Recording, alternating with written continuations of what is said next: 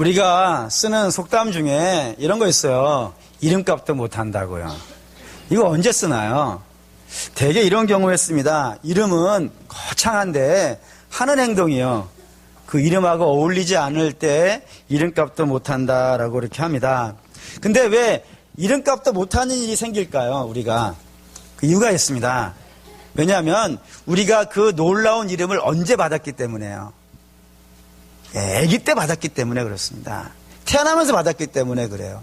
그러니까 태어날 때는 좀 무기력하고 무능하지 않습니까? 솔직히 말씀을 드린다면. 예를 들어 볼게요. 제 이름은 아시다시피 박산입니다. 산은 매산자를 씁니다.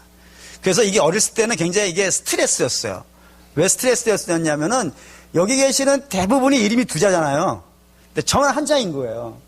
그래서 너무 좀 그게 이상해가지고 아버지에게 따지면서 물었어요. 왜 아버님? 그때 아버님이라고 하지 않았죠. 에? 아버지, 에? 어떻게 그 이름이 아까우셨어요? 그 두 자 써주는 게 뭐가 그리 어려워가지고 한 자만 써주셨어요. 막 이렇게 따졌더니 아버지께서 이렇게 왜 산자로 쓰셨는지를 설명을 해주는 거예요. 근데 그게 뚜렷이 기억에 남아요. 첫째는 뭐였냐면 세 가지였는데, 첫째는 산은 요동치지 않는다.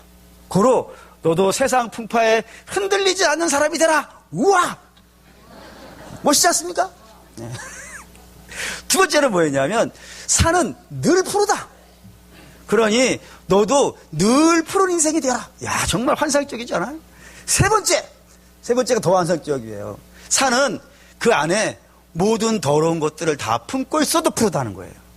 그것처럼 너도 주변에 어떠한 사람이 오든지 간에 그 사람을 다 품을 수 있는, 그러면서도 푸르름을 잃지 않는 그런 사람이 되도록 하여라. 아, 이름대로 됐을지어다. 근데 그 이름을 언제 받았다고요? 태어나면서 받았어요. 태어나면서. 아니, 그때가 어느 때예요? 누가 내가 물고 있던 젖병 뺏어가면요, 품기는 고사하고 앙앙 울어댈 때라고요. 또 뿐만 아니라 밤낮도 구별하지 못하고 또요, 대소변도 가르지 못하는 그때에 그 이름을 받은 거예요. 그러니 복잡하지 않겠습니까? 다시 말하면 그 이름은 저의 본질이 아니에요. 저의 본질이 아니고 누구의 기대냐면 아버지의 기대예요. 너 그런 사람이 되었으면 좋겠다라고 하는 아버지의 기대였어요. 근데 그 아버지의 기대를 맞춰간다는 건요, 내 본질은 아닌데, 나는 그런 사람이 아니라고요. 솔직히 말하면 저는 산 같은 사람은 아니에요. 근데 그거 맞춰간다는 거는 사실 좀 불가능해요. 혹시 여러분 중에는 나는 내 이름값하고 산다라고 하실 수 있을 분이 있으실까요? 만만치가 않아요. 대개의 경우는 이름값 다 못하고 살아요. 자기의 본질이 아니기 때문에 그렇습니다. 그런데 하나님의 이름은요, 다른 거예요. 왜죠? 하나님은 어린 시절이 없기 때문이에요. 하나님은 우리처럼 미숙했던 시절이 없기 때문이에요. 하나님은 처음부터 완전한 자이셨고, 처음부터 충만한 자이며, 처음부터 풍성한 분이세요. 그래서 하나님의 이름은 그 본질을 설명하는 거예요. 하나님이 이런 분이다 라는 거를 설명하기 위해서 이름을 만들어낸 거예요. 처음에는 이름이 없었어요.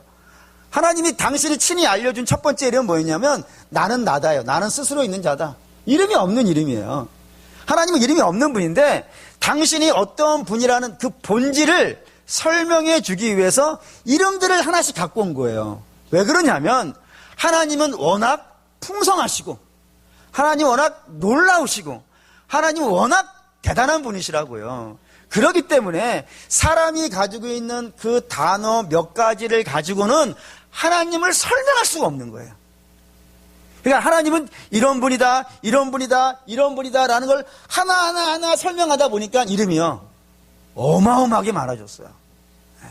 제가 줄잡아 센 것만 해도 30개가 넘으니까 뭐 굉장히 많은 이름으로 하나님을 설명할 수밖에 없는 이름이 되었다 이겁니다. 그래서 이제 저도 이제 이번 하반기에 이 연말까지 가는 이 시간에 하나님의 이름을 하나하나를 여러분들에게 좀 소개시켜 드리고, 이게 하나님의 이름을 알게 되어지면 그런 의미에서 유익이 있어요.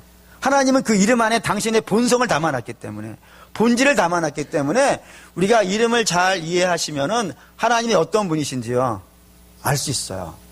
그리고 하나님이 어떤 분인지 안다는 것은 그분 안에 내가 어떠한 위치에 있는지도 알게 되어주고, 하나님과 내가 어떠한 관계에 있는지도 알게 되어주고, 그로 인하여서 내가 얼마나 풍성하고 복이 있는 사람인지도 알게 되어진다 이겁니다. 그렇기 때문에 그런 소망을 갖고 이제 좀 긴 시간 동안에 하나님의 이름을 성경에 등장하는 곳곳을 찾아가면서 하나님 말씀을 좀 전할까 합니다.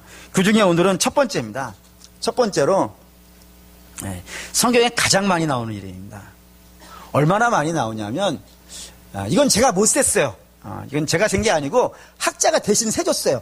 그런 거를 쓸 수 있는 것도 놀라운 것 아니겠습니까? 이거 책 몇 권 봐야 되거든요.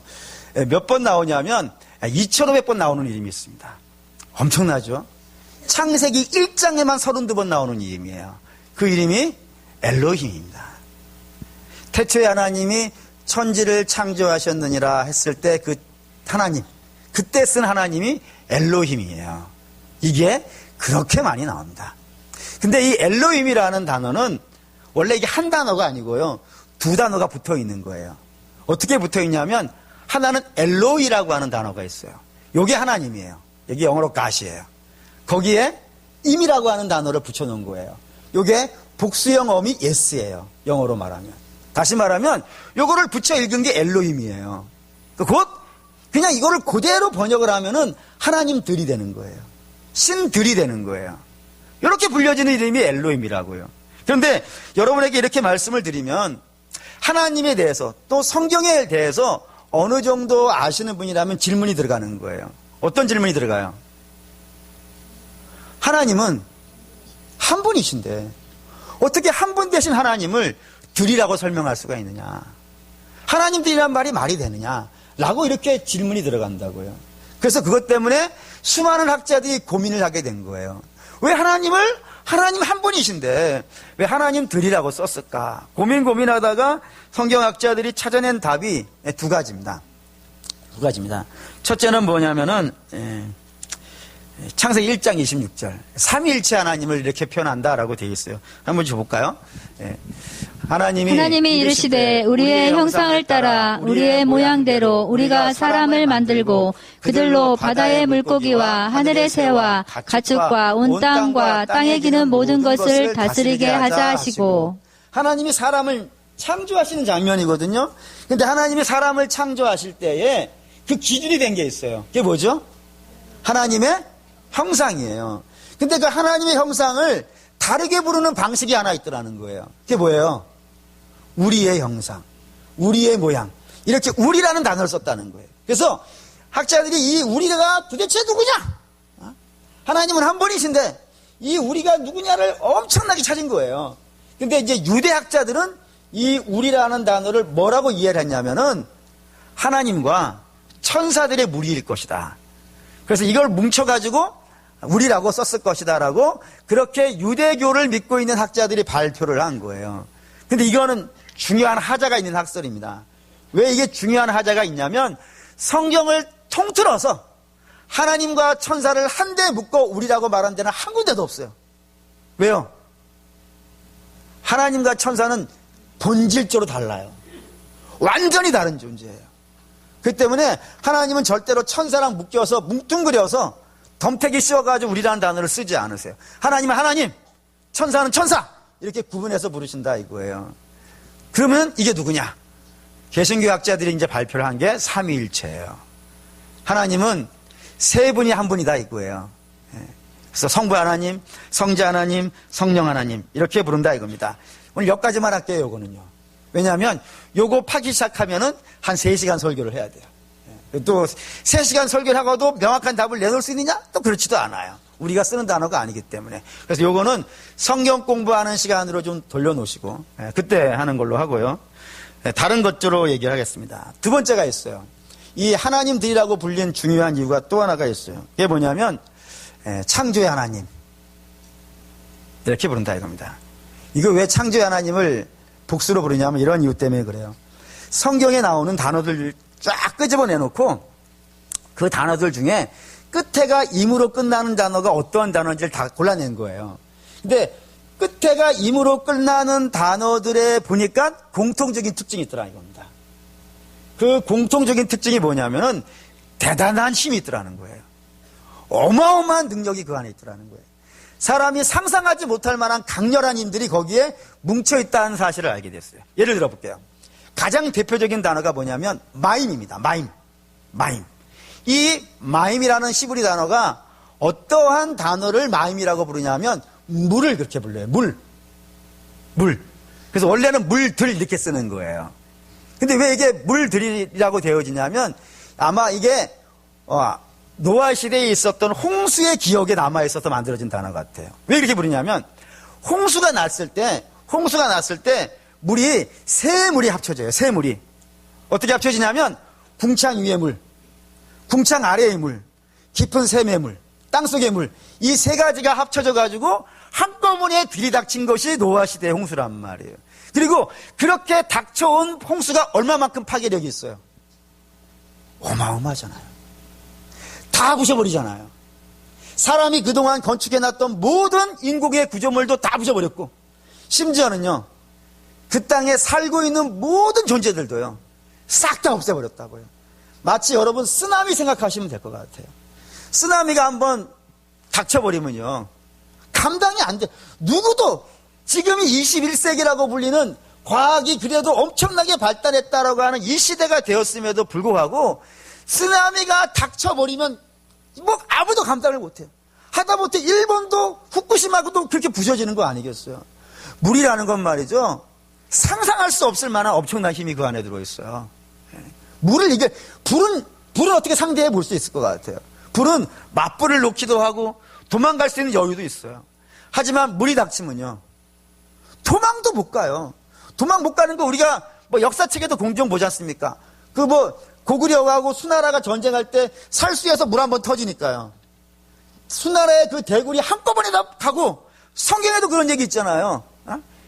애굽의 병사가 따라서 홍해바다 들어왔다가요, 물이 터져 나오니까 그 물 안에 그 애굽의 그 놀라운 병사들도 힘 한 번 쓰지 못하고 다 쓸어갈 만큼 어마어마한 힘이요, 물속에는 있는 거예요. 그런 힘을 나타낼 때 마임이라 쓴다 이겁니다. 또 하나가 있어요. 또 하나는 샤마임이라는 단어가 있습니다. 이 샤마임이라고 하는 단어는 하늘이에요. 하늘. 유대인은 하늘이 세 개가 있다고 생각했어요. 들어보셨습니까? 삼층천. 사도 바울이 내가 삼층천까지 가봤습니다라고 이야기하잖아요. 그때 삼층천이라 그러는데 왜 삼층천이냐면 우리가 공중에 보는 대기의 하늘이 하나예요. 다음에 우주의 하늘이, 별이 박혀있는 우주의 하늘이 두 번째 하늘이에요. 그리고 세 번째 하늘은요, 천국이 세 번째 하늘이에요. 그래서 세 개의 하늘이 있다고 그러는 거예요. 이 세 개의 하늘이 어마어마하잖아요. 어마어마하잖아요. 우주의 길이를 누가 재볼 수나 있을까요? 우주에 박혀있는 별들이 도대체 얼마나 많은지 혹시 아실까요? 그리고 이 공중에 있는 에너지가, 이 우주에 형성되어 있는 에너지가 얼마나 막강한지 뭐 상상할 수 없을 만한 힘들이 우주에 있단 말이에요. 하늘에 있단 말이에요. 그 정도로 사람이 그 길이와 너비와 힘과 능력을 감히 측량할 수 없을 만큼 큰 것에다가 히브리인들은 임자를 붙여놨단 말입니다. 고로 엘로힘이라고 하는 임도 같은 거라는 거예요. 뭐라면 우리가 상상할 수 없는 분, 우리가 도저히 납득할 수 없을 만큼 넓고 이해할 수 없을 만큼 깊고, 그리고 그분이 가지고 있는 힘과 능력이 감히 사람이 꿈꿀 수도 없을 만큼 대단한 힘을 갖고 있는 그런 분을 엘로힘이라 부른다 이겁니다. 그래서 그 놀라우신 분이 가장 잘 나타난 곳이 어딘 거예요? 그게 창조인 거예요. 창조만큼 하나님을 잘 나타낸 게 없는 거예요. 그래서 여러분 이 피조 세계를 바라보신다 그러면은, 하나님의 그 놀라운 능력이 잘 나타나 있는 이 피조 세계를 바라본다 그러면 너무나도 다 놀라는 거예요. 예를 들어 볼까요? 하늘 한번 보시죠. 아까도 봤듯이 그 하늘에 있는 별들을 한번 더 보시고요. 얼마나 많은 별들이, 얼마나 큰 것들이, 우리가 우주에 우리은하라는 것이 있고, 그 우리가 속해 있는 별이 우리은하인데, 그 우리은하만도 사람이 생겨 뭐 몇천 개라 그러지 않습니까? 그 정도로 그 어마어마한 하늘이 하늘에 있다고요. 뿐만 아니라 요 며칠 전 목요일 날인데 권사님들하고 무주에 여행을 갔다 왔어요. 그때 이제 향적봉을 갔다 오는데 그 가는 길에 낙엽이 보셨어요? 불타는 것처럼 있는 거예요. 여러분 한번 상상을 해보세요. 어느 과학자가 어제까지만 해도 초록색이었는데 찬바람 불면 노란색으로 바꾸게 할 수 있는 능력이 있을까요? 붉은색으로 바꿔버릴 수 있는 과학이 있을까요? 그런 걸 만들어내는 것은 고사하고 그런 거를 흉내라도 내볼 수 있을까요? 여러분 이 세계를 바라본다 그러면은 하나님의 그 놀라우심에 모두가 다 경탄하게 되어져요. 그래서 찬송가도 있지 않습니까? 주 하나님 지으신 모든 세계. 내 마음속에 그려보니까요. 그 놀라움과 그 신비가 온통 새겨져 있는 거예요. 사람으로서 어떻게 이런 세계를 만들어낼 수 있을지. 그런 생각이 들 만큼 대단한 것이 이 피조 세계에 있다 이겁니다. 그래서 사도 바울도 이걸 이렇게 얘기해요. 사도 바울이 로마서 1장 19절에서 20절입니다. 읽을게요.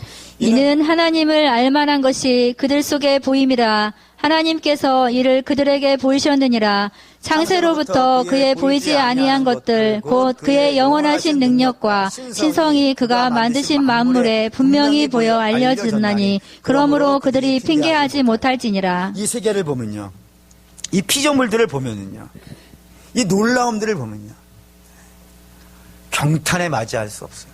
놀라지 않을 수가 없어요. 이 물을 봐도 그러고요, 산을 봐도 그러고요, 계곡, 뭐 그랜드 캐년이라든가 또는 뭐, 어쨌든 뭐 그런 거 있지 않습니까? 예, 그거요, 그거. 응? 여러분 지금 생각나신 거 한번 생각해 보세요. 이 자연을 보고 이게 우연히 만들어졌다고 생각하는 건 솔직히 그건 굉장한 진짜 걔네들은 진짜 큰 믿음의 사람들이에요. 그럼 어떻게 그걸 믿죠? 아무리 생각해도 믿어지지 않는데. 예. 그렇습니다. 예. 그렇습니다. 예. 그래서 온 자연을 바라보면 하나님의 놀라운 능력들을, 그분이 얼마나 창조의 능력이 대단하신지를 우리가 알 수 있어요. 그런데 하나님의 창조의 능력이 피조 세계에만 드러나는 것이 아니라 더 놀랍게 드러나는 곳이 있더라 이겁니다. 거기가 어딜까요? 피조 세계보다 더 놀라운 그런 곳에 하나님의 창조의 능력이 나타난 곳이 있다 이겁니다. 어딜까요? 그렇죠? 사람입니다. 사람입니다. 사람만큼 놀라운 게 없어요. 한번 볼까요? 이건 다윗이 고백인데 시편 139편 14절입니다. 읽을게요. 내가 주께 감사하오는 나를 지으심이 심히 기묘하심이라. 주께서 하시는 일이 기이함을 내 영혼이 잘 아나이다. 여기 다윗이 봤어요. 다윗이 자기의 몸을 바라보니까 너무 놀라운 거예요. 이게 되는 거예요, 이게. 이게 대단한 거예요. 뿐만 아니라, 여러분, 어떤 사람들은 그러죠. 사람이, DNA 구조가 침팬지하고 95%가 비슷하다 그러는데, 그것이 비슷할 수는 있을지 모르겠어요. 근데요, 존재 자체가 이 땅에 있는 피조물하고 사람하고 너무 달라요. 예를 든다면, 이 땅에 있는 모든 피조물 중에서 하나님을 예배할 줄 아는 것은요, 누가 그런 흉내를 내는 거 보셨습니까? 또 뿐만 아니라 이 땅에 어떤 피조물이 윤리를 가지고 있습니까? 이 땅에 어떤 피조물이 법전을 가지고 있습니까? 이 땅에 어떤 피조물이 상상력을 가지고 있습니까? 이 땅에 어떤 피조물이 창조력을 가지고 있습니까? 이 땅에 어떤 피조물이 그런 거를 상상은 고사하고 흉내라도 내는 것이 있던가요? 그럴 존재가 없어요. 그러니까 사람만큼 사실 놀랍고, 왜? 하나님의 형상을 닮아 있으니까. 하나님의 형상을 그걸 기준으로 해가지고 사람을 만들었기 때문에 사람을 본다는 건 정말로 놀랍고 놀라운 일이에요. 근데 다윗만 그렇게 사람을 보고 놀란 것이 아니라 그 폴 블란트라고 불리는 아주 유명한 의사 선생님이 그도 놀라서 쓴 책이 하나가 있어요. 그게 뭐냐면 나를 지으신 하나님의 놀라운 손길, 이렇게 제목 붙여져 있는 책이 있어요. 거기에 이분이 당신의 인생에서 처음으로 세포를 본 날을 기록해 놨어요. 세포, 우리 눈에 보이지도 않는 세포인데 그 세포를 본 날 너무 감격에 겨워가지고 글을 써놓은 곳이 있는데 거기 뭐라고 되어 있냐면은, 누군가가 내게 이 세포가 어떻게 해서 움직이고 있는지 나한테 설명해 줄 자가 있으면 내가 내 재산 전부를 팔아서 그의 이름을 하늘에다 새기겠다고. 얼마나 놀랐으면 이런 표현을 썼을까요? 그리고 뒤이어서 이런 얘기도 써놨어요. 그분이 아마 본 세포가 그 수정된 난자 첫 번째 세포였던 것 같아요. 그분이 그 난자 이야기를 계속 하는데 뭐라고 얘기하냐면 그 수정된 난자가 10개월 동안에 10조 번이나 분할을 한대요. 놀랍지 않습니까? 어떻게 경탄에 맞지 않는 거예요. 그게 막 그냥 하루에도 몇 번씩 분할해가지고 뭐 심장이 되고 막 간이 되고 막 이런 거라는 거예요.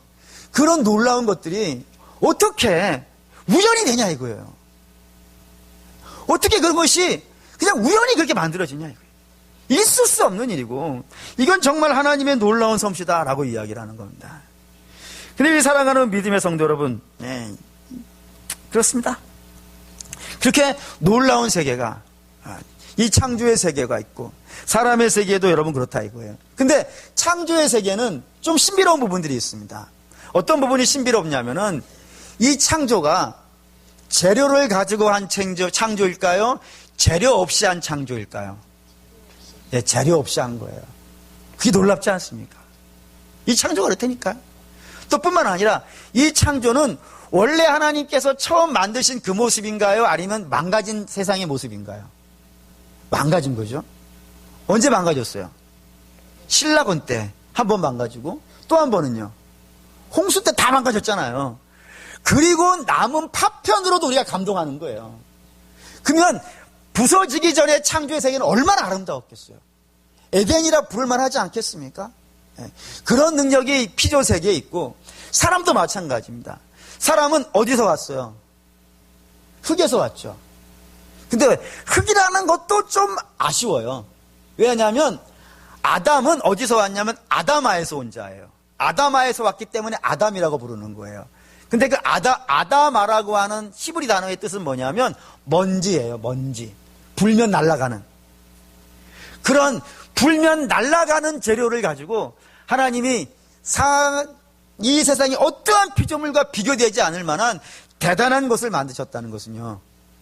이거는 보통이 아니지 않겠습니까? 그러니까 창조라고 하는 것은 정말 상상을 넘어서는 대단한 작업이고 놀라운 역사이고 오직 누구만이요? 하나님만이 하실 수 있는 그런 능력이라 이겁니다. 그래서 이 땅의 피조물을 본다든가 이 땅의 사람의 모습을 본다 그러면 하나님의 그 놀라움과 하나님의 그 대단함과 하나님의 그 지혜로움과 하나님의 능력을 알 수 있다라고 이렇게 알려져 있단 말이고 설명한다 이거야. 이렇게 얘기하니까 어떤 분이 질문을 하는 거예요. 뭐라고 질문을 하냐면 목사님 천지를 본다든가 또는 사람을 본다든가 그러면 하나님의 창조의 능력이 얼마나 대단한지는 동의가 되겠습니다. 그런데 이 땅의 모든 곳에서 하나님의 창조의 능력을 볼 수 있다는 것은 동의가 안 됩니다. 라는 거예요. 그래서 왜 동의가 안 될까요? 그랬더니 이제 하시는 말씀이 뭐였냐면은 우리 주변에는 뜻하지 않는 일로 인하여서 장애를 갖고 태어나는 분도 있고 또 원하지 않는 병에 걸려서 고통받는 분들도 있는데 그런 분들 속에서도 창조의 하나님의 능력을 볼 수 있습니까? 라고 이렇게 질문을 하는 거예요. 여러분들은 어떠신가요? 보실 수 있을까요? 우리가 앞에서 살펴봤듯이 하나님이 만드신 세상은 완벽했습니다. 그리고 그 완벽했던 세상이 죄로 말미암아 파괴되었다고 했어요. 그래서 창조 때 없었던 것들이 그 파괴되어진 세상 안에서는 있어요. 예를 들어 사건도 있고 사고도 있고요. 질병도 있고 원치 않는 문제들도 많이 있어요. 근데 우리가 살고 있는 땅은 그런 것들이 있어요. 근데 그런 것들로 인하여서 우리가 고통받고 어렵고 괴로운 것이 이 땅이라 이겁니다. 그래서 그런 고통을 받고 있는 사람에게조차도 하나님의 창조의 능력, 그 놀라우심이 드러날까요? 안 드러날까요? 라고 물으면 저 분명히 대답할 수 있는 게 있습니다. 그게 뭐냐면 네, 있습니다. 단 조건이 있어요. 어떤 조건일까요? 하나님 안에 있어야 돼요. 하나님 안에 있어야 돼요. 하나님 안에 있으면 그래서 그가 하나님과 교제하고 있고 하나님과 사귐이 있고 주의 말씀이 그를 지배하고 있고 주의 영이 그에게 임하여 있으면 그 사람이 어떠한 환경과 어떠한 상황에 있다 하더라도 하나님은 그를 통하여서요, 당신의 놀라운 창조의 능력을 보여주시고 나타내시고 드러내시더라 이겁니다. 예를 들어보죠. 예를 들어보면 송명이라고 하는 쓰는 시인이 있습니다. 그분은 중증 뇌성마비 환자예요. 누구도 뭐 아시죠? 중증 뇌성마비 환자가 어떤 모습으로 사는지. 근데 그분이 쓴 시 중에 우리가 너무너무 잘 알고 있는, 아마 대부분의 분들이 들어보신 찬송시가 하나가 있어요. 그게 뭐냐면 나예요, 나. 그 가사가 이렇게 됩니다.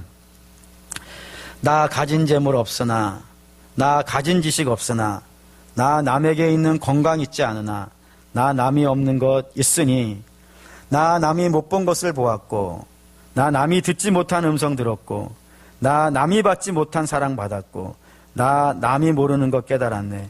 공평하신 하나님이 나 남이 가진 건 나 없으나 공평하신 하나님이 나 남이 없는 것 갖게 하셨네. 중증 뇌성마비 환자예요. 그분이 하나님 공평하시대요. 그러면 그분 앞에 가서 불공평하다고 얘기할 수 있는 사람들이 있을까요? 이 시가 놀라운 것은 무엇이냐면 이 중증 뇌성마비 장애우를 통하여서 모든 사람의 입을 다 닫아버리시는 거예요. 모든 사람의 불평을 없앴고 모든 사람의 입술을 통하여서 하나님은 공평하신 분이라고 노래 부르게 했고요. 어쩌면 건강한 사람들이 이 땅에서 선포한 하나님의 역사보다 이분 한 분이 더 선포한 역사가 더 놀라울 것 같아요. 더 위대할 것 같고요. 더 힘있고 더 강력한 걸 볼 수 있어요. 그런데 전 이분을 만난 적은 없어요. 단지 책으로 받고 간증으로 들었을 뿐이에요. 그런데 실제로 저한테 이 이야기를 해주신 분이 있어요. 우리 가까이에 있어요. 그게 누구냐면 우리 교회 원로 목사님이신 최용진 목사님이세요. 그분이 굉장히 겸손한 분이시지 않습니까? 저를 불러가지고 언제나 겸손하게 대해 주시는데 그분이 저한테 하신 말씀 중에 이런 거 있어요. 제가 그냥 읽어드릴게요. 목사님, 제가 앞을 보지 못하는 상태로 사는 것이 얼마나 큰 복인지 몰라요. 남들이 보지 못하는 것을 봤고요. 아픈 사람의 마음을, 아픈 사람의 몸을 만져줄 수도 있고요. 저들을 위해 안수해 줄 수도 있고요. 내가 장애인을 위해서 할 수 있는 일들이 너무 많아요. 그러면서 해맑게 웃으시는 거예요. 그래서인지 몰라도 그분은 은퇴하신 분이거든요. 은퇴하신 분임에도 불구하고 무척 바쁘세요. 저보다도 한 10,000배는 바쁘신 것 같아요. 저는 외국에서 초청장 안 와요. 한 번은 좀 와봤으면 좋겠어요. 미국에서 뭐 북에 한번 오라 그러면은 제가 어떻게 하겠죠. 근데 그분은 종종 가세요. 서울에서 또 오라고 하는 데가 너무 많아요. 만나고 싶어하는 분이. 비교되지 않을 만큼 왕성한 활동을 하세요. 하나님은 하나님 안에 있는 장애인들을 통하여서요, 상상할 수 없는 놀라운 일들을 하세요. 하나님 그런 분이시라니까요. 왜요? 엘로힘이시니까. 엘로힘, 창조의 하나님, 없는 것에서 있는 걸 만들어내시는 분이라니까요. 진토에서 사람같이 대단한 걸 만들어내신 분이라니까요. 그러면 왜 장애인에서 못하게 계시겠어요? 더 큰 일도 하실 수 있고 더 놀라운 일도 하실 수 있어요. 한 번은 예수님이 이런 일이 있었어요. 예수님과 예수님의 제자들이 길을 지나가는데 안 못 보는 사람이 하나가 있었던 거예요. 그래서 예수님의 제자들이 예수님께 물어요. 예수님, 저 사람이 안 못 보는 것은 저 사람의 죄입니까? 저 사람의 부모의 죄입니까? 라고 물어봤을 때 우리 주께서 선문다 받으시 대답한 게 있어요. 그게 요한복음 9장 3절이에요. 읽어보겠습니다. 예수께서 대답하시되 이 사람이나 그 부모의 죄로 인한 것이 아니라 그에게서 하나님이 하시는 일을 나타내고자 하심이라. 하나님은 이 사람을 통해서도요, 당신이 하고 싶은 일을 다 하신다 이거예요. 그를 통해서 못할 게 없어요. 그를 통해서 육신 다 갖고 있는 사람이 할 수 있는 일을 그가 못하지 않아요. 어쩌면 더 할 수도 있어요. 더 대단하게, 더 놀랍게 하나님이 그를 만들어내실 수 있다 이겁니다. 왜죠? 그분이 엘로힘이니까요. 다분히 엘로힘이에요. 창조의 하나님. 그 창조력을 갖고 없는 것을 있는 것처럼 불러내신 하나님, 100살 된 아브라함에게서 아들을 만들어내신 엘로힘의 하나님, 그분의 하나님이 그런 일을 하실 수 있다 이겁니다. 그렇기 때문에 저와 여러분이 믿고 있는 하나님은 이 엘로힘인지 믿습니다. 그러면 저와 여러분이 믿고 있는 하나님이 엘로힘이라면 우리 낙심하면 안 되는 거예요. 낙심하면 안 되는 거예요. 우리 이 땅에 있으면요, 말씀드렸지만 사건과 사고가 많은 세상이에요. 그래서 원치 않는 일들이 생겨요. 기대하지 않던 일들이 발생이 돼요. 여러분, 우리는 장애에 안 걸릴 거라고 누가 장담할 수 있습니까? 우리 중에 누가 나는 병 안 걸릴 거라고 자신하는 사람이 어디 있겠고, 우리 중에 누가 나는 인생의 모든 것에 내가 원하는 대로 될 수 있을 것이라고 그렇게 확신하고 살아갈 수 있는 분이 누가 있겠어요? 우린 누구나 어느 순간인가 이 세상에 있는 동안에는 어쩌면 힘들고 어려운 순간에 들어갈 수도 있어요. 그런데도 불구하고 우리가 낙심하지 않는 것은 뭐예요? 그 엘로힘이 우리 하나님이라 이거예요. 내가 어느 자리에 있든지 간에 그곳에서 놀라운 일을 만들어내실 수 있는 분, 그분이 우리 하나님이시기 때문에 반드시 우리 하나님께서 병든 내 몸을 통하여서도 하나님의 살아계심을 증거하실 것이고, 때로는 내가 실패 자리에 있을지는 모르겠지만 그 실패자의 삶을 통해서도 하나님의 위대하심을 드러내실 수 있을 것이고, 때로는 우리가 뭐 좋은 대학에 못 갈 수도 있어요. 기대하지 못하던 일도 일어날 수도 있어요. 근데 그럼에도 불구하고 엘로힘이 하나님이시기 때문에 그 하나님은 거기에서 영광을 나타내실 거라 이겁니다. 그래서요, 제가 아주 좋아하는, 제가 가장 좋아하는 성경의 모든 구절 중에서 제가 제일 좋아하는 구절을 한번 여러분에게 소개시켜 드릴게요. 창세기 1장 2절 3절이에요. 읽겠습니다. 땅이 혼돈하고 공허하며 흑암의 깊음 위에 있고 하나님은 영원 수면 위에 운행하시니라. 하나님이 이르시되 빛이 있으라 하시니 빛이 있었고. 이 말씀 엄청 좋아해요. 엄청 좋아하는 이유는 이거예요. 이 땅을 저는 제 이름을 써놓고 읽어요. 박산이라고 써놓고 읽어요. 그러면 내가 저렇게 될 때가 있어요. 혼돈에 있고 공허에 있고 흑암의 깊음에 빠져 있을 때. 저는 그런 경험이 있어요. 한강다리에 한번 서봤어요. 저대에 있었어요. 그때 거기에 한강에 들어가지 않은 이유 중에 하나가 저 말씀이에요. 주의 신이 수면 위에 운행한. 이게 무슨 뜻이냐면 천둥번개가 치는 거예요. 비바람이 막 몰아치는 거예요. 근데 아직 부화하지 못한 알이 하나가 있는 거예요. 근데 그 알을 새가 와서 품고 있는 거예요. 자기가 비바람을 다 맞으면서 그 부활할 때까지 그걸 품고 있는 장면을 저렇게 쓰는 거예요. 히브리어로. 그러니까 하나님이 이 세상을 어떻게 만드셨다고요? 도깨비 방망 뚝딱 해가지고 나온 게 아니에요. 그분이 자기의 살을 찢고 고통을 겪어가면서 만들어낸 세상이에요. 그게 우리의 구원도 마찬가지예요. 엘로힘 되신 하나님이 우리를 구원하시기 위해서 그냥 구원 이렇게 한 게 아니죠. 그게 어떻게 구원하신 거예요? 아들을 죽이고 하신 거예요. 그 엘로힘께서 그 흑암에 있고 죄 속에 있고 고통에 있는 자를 건져내시기 위해서 품고 있는 거예요. 그래서 품고 있다가 때가 되니까요, 거기에서 빛이 쫙 드러나고 있는 거예요. 그게 엘로힘입니다. 그리고 사랑하는 우리 믿음의 성도 여러분, 그래서 이 시대는 돈이 필요한 시대가 아니에요. 사실은 돈을 구할 때가 아니에요. 지금 우리가 지금 구해야 될 거는 이 엘로힘의 하나님입니다. 내 삶의 모든 곳에서 엘로힘 되신 하나님을 만나게 해주십시오. 없는 것을 있는 것처럼 부르시는 하나님, 그 하나님을 내가 있는 곳마다 어느 곳에서든지 이 창조의 하나님을 만날 수 있게 해주십시오. 그러면 말이죠, 이 창조의 하나님을 경험하면은 여러분이 어느 곳에 있든지 낙심되지 않습니다. 거기에 희망이 있고요, 거기 역사가 있고요, 거기 기대감이 있어요. 말씀의 결론을 맺겠습니다. 사막을 여러분 아실 겁니다. 사막은 거친 모래가 있고요, 뜨거운 바람이 있는 곳이에요. 그렇기 때문에 사람의 손길이 닿지 않는 곳이고 사람이 살지 않는 곳입니다. 여러분, 엘로힘 하나님이 함께 하시는 이스라엘은 그 사막 한가운데에서요, 샘이 터지고요, 곡식 하나 거둘 수 없는 곳에서요, 만나가 내리고요, 사방 위에 어디가 방위인지 모르는 깜깜한 밤에 불기둥의 인도함을 받아요. 그분이 엘로힘이에요. 그러면 그 하나님이 저와 여러분의 하나님이라면 우리의 인생에도 지금 비록 여러분 답답하고 힘들고 어렵고 고통스럽겠지만 그 엘로힘이 우리 하나님이시니까 여러분 삶에도 샘이 터지지 않겠습니까? 그리고 만나가 내리지 않겠습니까? 여러분의 갈 길을 인도해 주시지 않겠습니까? 하나님 항상 그렇게 하신다 이거예요. 그렇기 때문에 오늘 새벽에 그런 설교를 했어요. 하나님의 응답을 받은 성도는 아침이 기대가 되고요. 그리고 아침에 노래하면서 출발을 하고요.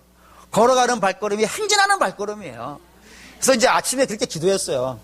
이건 제가 기도한 것이고 그렇게 될 거라 소망하면서 한 것인데 오늘 여러분들이 엘로힘 하나님을 마음껏 누리셔서 내일 아침이 어제 만났던 아침과는 전혀 다른 그냥 아침에 눈이 번쩍 떠졌는데 너무 행복한 거예요.